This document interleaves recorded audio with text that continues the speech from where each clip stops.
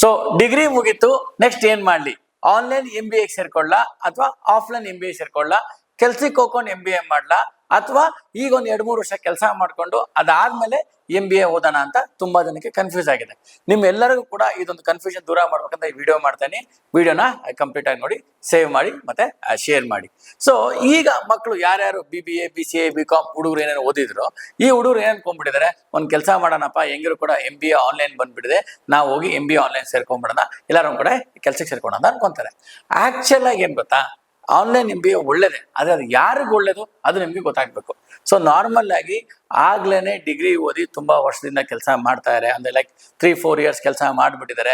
ಅವರ ಒಂದು ಆಫೀಸ್ ಅಲ್ಲಿ ಅಥವಾ ಅವರ ಒಂದು ಪೊಸಿಷನ್ ಗ್ರೋತ್ ನಲ್ಲಿ ಬೇಕಾದವ್ರಿಗೆ MBA ಮುಖ್ಯವಾಗುತ್ತೆ. ಅವರು ಆನ್ಲೈನ್ MBA ಮಾಡ್ರೆ ಈಸಿ ಆಗುತ್ತೆ, ಸರಿನಾ?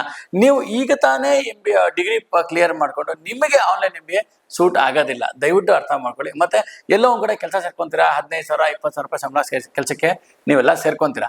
ಆ 15,000 20,000 ರೂಪಾಯಿ ಸಂಬಳ ಇವತ್ತು ಓಕೆ, ಆದ್ರೆ 5 ವರ್ಷ ಆದ್ಮೇಲೆ ನಿಮ್ಮ ಒಂದು contribution for that company what, ಅದು ಒಂದು ನಿಮ್ಮ ಒಂದು ಕಾಂಟ್ರಿಬ್ಯೂಷನ್ ಚಾರ್ಜ್ ಜಾಸ್ತಿ ಇದ್ರೆ ಮಾತ್ರ ಆ ಕಂಪ್ನಿ ನಿಮ್ಗೆ ಒಳ್ಳೆ ಸಂಬಳ ಮುಂದೆ ಕೊಡುತ್ತೆ.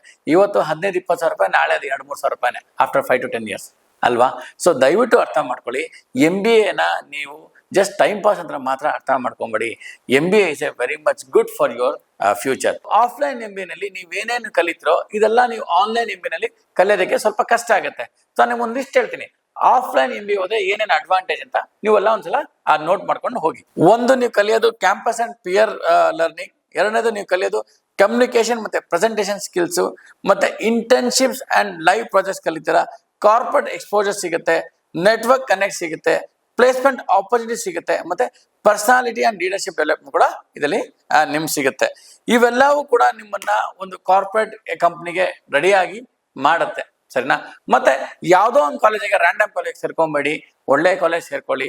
ನಿಮಗೆ ಈ MBA ಓದಿದ್ಮೇಲೆ ನಿಮ್ಗೆ ಒಳ್ಳೆ ಕಡೆ ಪ್ಲೇಸ್ಮೆಂಟ್ ಆದ್ರೆ ಮಾತ್ರ ನಿಮಗೆ ಒಂದು ಭವಿಷ್ಯ ಚೆನ್ನಾಗಿರುತ್ತೆ. ಸೊ ಡು ನಾಟ್ ಚೂಸ್ ನಿಮ್ ಫ್ರೆಂಡ್ ಯಾರೋ ಸೇರ್ಕೊಂಡ, ನಿಮ್ಗೆ ಯಾರೋ ಸೇರ್ಕೊಂಡ ಅಂತ ಸೇರ್ಕೊಂಬೇಡಿ.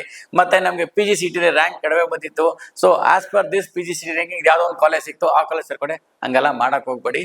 ನಿಮ್ಗೆ ಏನಾದ್ರು ಕೂಡ ಒಳ್ಳೆ MBA ಕಾಲೇಜ್ ಬೇಕು which is offering your placements ಅಂದ್ರೆ ನನಗೆ ಫೋನ್ ಮಾಡಿ, will give complete details of MBA colleges which will give very good placement, very good internship, very good quality of education also. ಮತ್ತೆ ಇನ್ನೊಂದು ಒಳ್ಳೆ ಆಪ್ಷನ್ ಇದೆ ಈಗ, MBA fintech ಮತ್ತೆ MBA with UPSC ಅಂತ.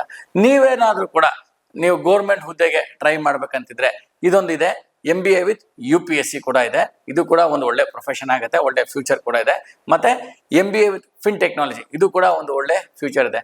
So anything regarding MBA, please do call us, we are there. Thank you, Vidyarthi ಸೇವಾ.